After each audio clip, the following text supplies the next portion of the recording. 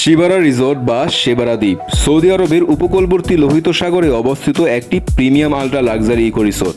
এটি 2024 সালের নভেম্বর মাসে উদ্ভাবন করা হয়।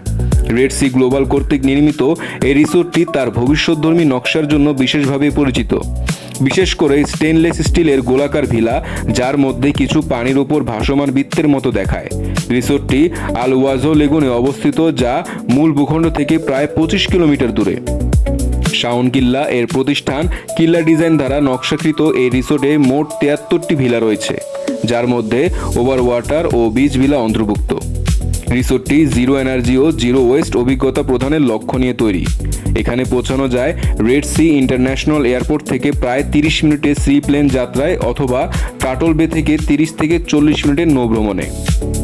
রিসোর্টটির বিশেষ আকর্ষণের মধ্যে রয়েছে সমৃদ্ধ সামুদ্রিক জীববৈচিত্র্য, প্রবাল প্রাচীর, বিলাসবহুল স্পা এবং ভূমধ্য সাগরীয় খাবারভিত্তিক ফাইন ডাইনিং রেস্টুরেন্ট এরিয়ামের। এই রিসোর্টে অ্যালকোহল পরিবেশন করা হয় না এবং এটি বেয়ারফুট, লাক্সারি ও প্রকৃতির সঙ্গে গভীর সংযোগের অভিজ্ঞতার ওপর গুরুত্ব দেয়।